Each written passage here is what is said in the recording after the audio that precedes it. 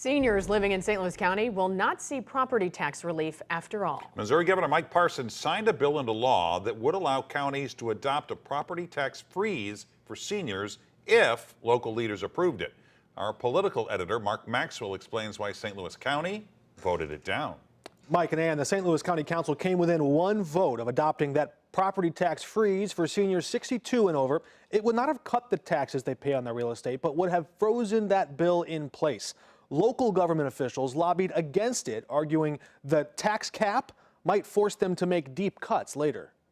Many mayors in St. Louis County are breathing a sigh of relief after the county council voted against a property tax freeze for seniors. It would be a major hit. Clayton Mayor Michelle Harris said she would have qualified as one of the homeowners 62 or over eligible for Social Security. I think we have a significant portion of our population in that category, and our property values here are fairly high. The proposal would not have cut property taxes, but would have frozen them in place. Missouri is actually a fairly high-tax state. Dennis Ganal said the guarantee would have provided some stability to seniors living in or near poverty levels on fixed incomes. It's not insignificant to the 200,000 seniors who live in 94,000 homes in St. Louis County, right? Who are having to make decisions about medication, who are having to make decisions about whether they buy food or whether they go to the doctor. But at City Hall, We've already cut everything, and we just told our residents that we're no longer going to pay for their trash to be picked up.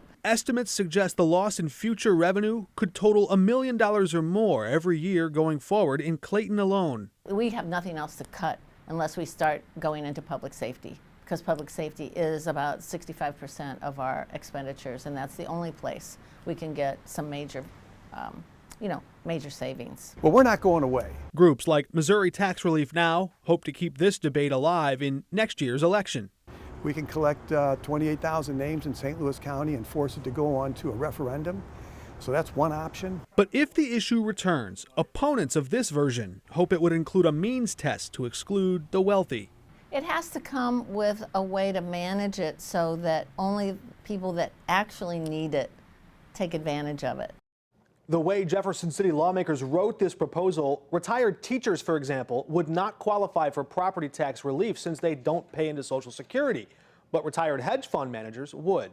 Democrats on the county council wanted assurances that the people who needed the most help were actually getting it instead of tax breaks for the rich.